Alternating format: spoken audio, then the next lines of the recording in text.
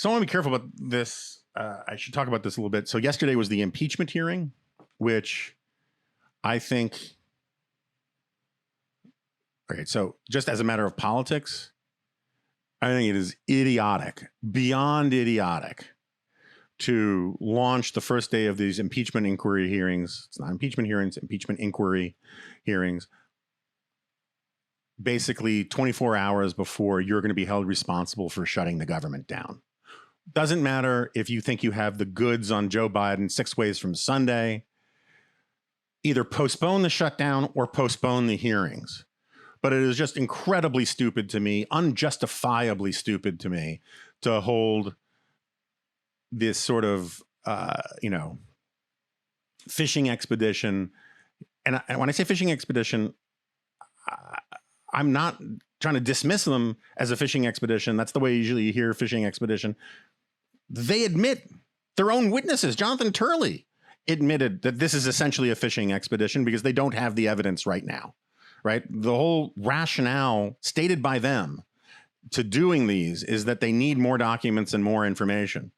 And I agree with Andy McCarthy that that's a bad argument because the Trump administration and the Department of Justice, overseen by Bill Barr, penned I wrote about this a couple of weeks ago, wrote a persuasive memo, ruling, whatever, from the Office of Legal Counsel, saying that an improperly formed impeachment inquiry does not have the increased impeachment powers associated with an impeachment hearing if it hasn't been properly voted on by the House, right? Because Nancy Pelosi's first impeachment, she did it unilaterally. She didn't put it up for a vote. Kevin McCarthy screamed bloody murder saying, you can't do this. This is improper. McCarthy was, according to the Justice Department, and I think according to Pelosi, ultimately correct, which is why she ultimately did put it up for a vote.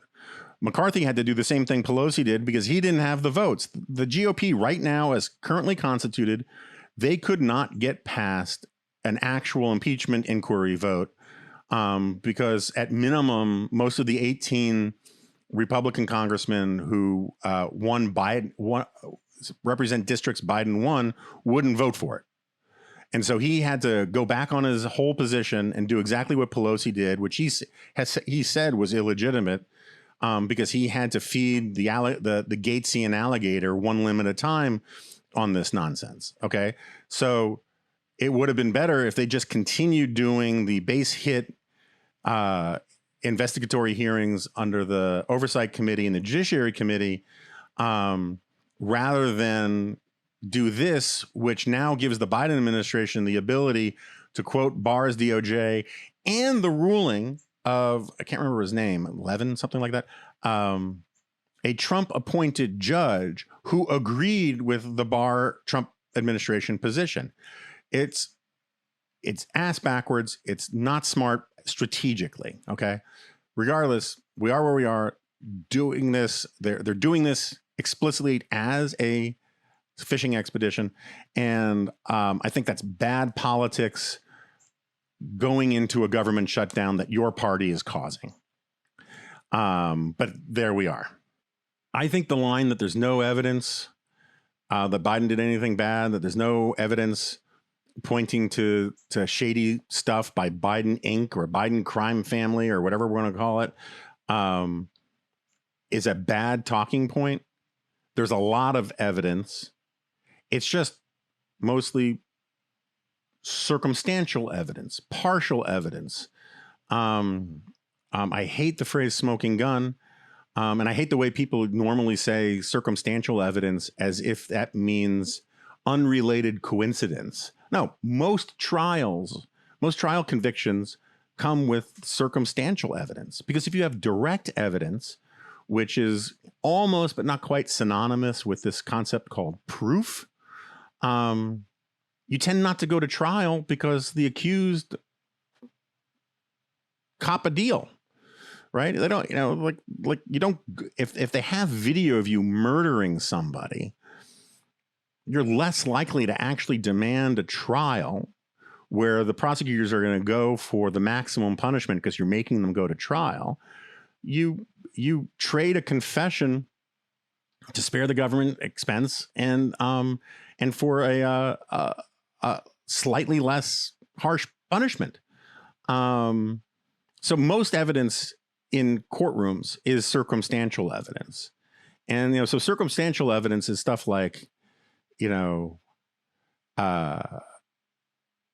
the time of the robbery, immediately after the bank robbery, there's video of you in the vicinity running quickly. Now, that's circumstantial because it doesn't prove you robbed the bank, but it does prove that it's possible you ran the bank. And you can make inferences, particularly a jury can make inferences from that. So if you were wearing, jogging shorts and earbuds and you were clearly just going for a run, that's weaker circumstantial evidence than if you were seen on video taking off a wig and a mask and you were carrying a giant sack that had a dollar sign on it. That's very, very, very strong circumstantial evidence, if not outright proof, right? Or direct evidence. It is at this point still circumstantial evidence that Bob Menendez had gold bars in his house that used to belong to, according to the serial numbers, his indicted fellow indicted conspirator guys. It's not proof of bribery, but it's certainly combined with a lot of other stuff, pretty powerful circumstantial evidence. And so anyway, I think there's a lot of circumstantial evidence. There's proof that Joe Biden has lied. And this, I think, is one of the problems that a lot of people get into. If I say you robbed the bank and you say, no, I didn't, I was nowhere near the bank at the time of the robbery, and I prove, in fact, you were near the bank at the time of the robbery, that doesn't prove you robbed the bank. It proves you're lying about not being in the vicinity. In other words, proving a lie doesn't establish the truth that you want it to establish. But you can make inferences from people who lie, right? Because if you have a perfectly good explanation for everything, you don't need to lie. So lies, are evidence in and of themselves, but they're not necessarily evidence of criminal guilt of something. Joe Biden could have been lying about his relationship with his son for all sorts of reasons that don't mean he was in on the influence peddling scheme. And it was an influence peddling business, right? At least on the customer facing side, they were selling access to Joe Biden. That is obvious now. I don't know any serious sort of Biden defenders who are paying attention who deny that at this point. I think even Jamie Raskin admits that. The question is whether or not Joe Biden was in on it, or whether or not his brothers and his son were doing this stuff when he was vice president. And I'm going to get back to that in a second. When he was vice president or president, or the Senate, right? When he was in office, whether they were doing this stuff with his knowing cooperation or not. And Joe Biden has been proven to be lying when he says, I didn't know anything about my son's business. That's obviously untrue. He brought Hunter along on Air Force Two for trips. He, I think it's in Hunter's book that Hunter says that he had a conversation with his dad where his dad said, I hope you know what you're doing. It is obviously untrue that Joe Biden, I'd have to go back and look exactly when he said, I don't know anything about my son's business, but because that does matter. But it's obviously true that he was lying. But the reason why he was lying isn't necessarily because he was taking bribes or anything like that. It's because his son, who's a colossal drug addicted screw up, and I think corrupt in all sorts of ways, is a political liability for him. And he didn't want to talk about it. And he also didn't want to embarrass his son. And so he just by saying, I don't know anything, I know nothing,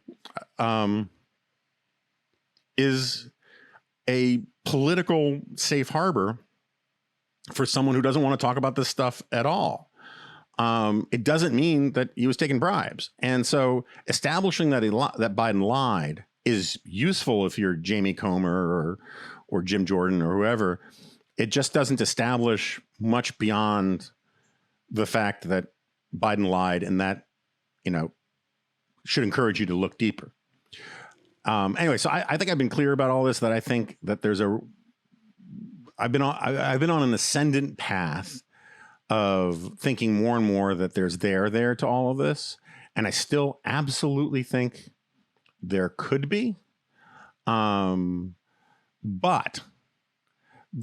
now that these guys are forcing me to pay even closer attention to it, I'm starting to have my rate of ascent has slowed, and I might even be heading back to earth in my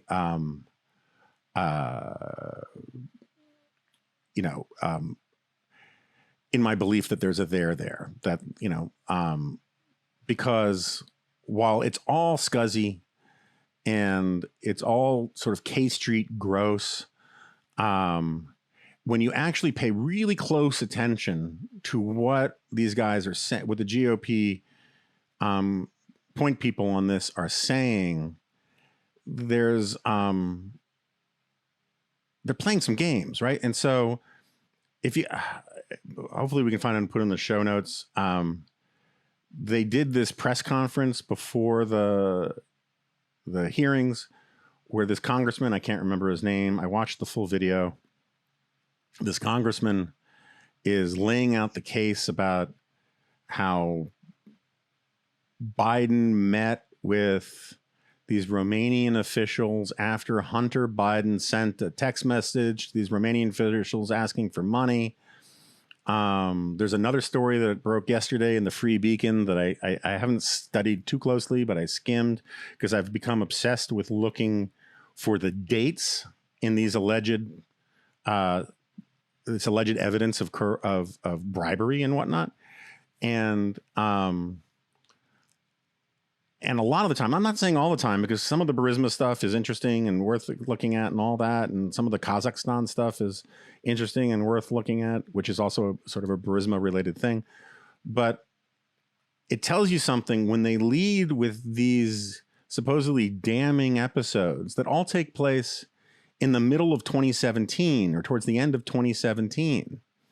And the problem with that is that in 2017, Joe Biden was no longer a government official. He was setting up that Penn Center thing. Nor was he a candidate, nor do I think in 2017 that he had plans to be a candidate. And so you have this situation where it's kind of gross revolving door influence peddling on the by Joe Biden, or at least it could be, right? It looks like it. But A, that's not illegal. B, it is in no way proof of bribing a public official because he wasn't one. And if that's the best evidence that they've got to support articles of impeachment, I don't know what the impeachable offense is.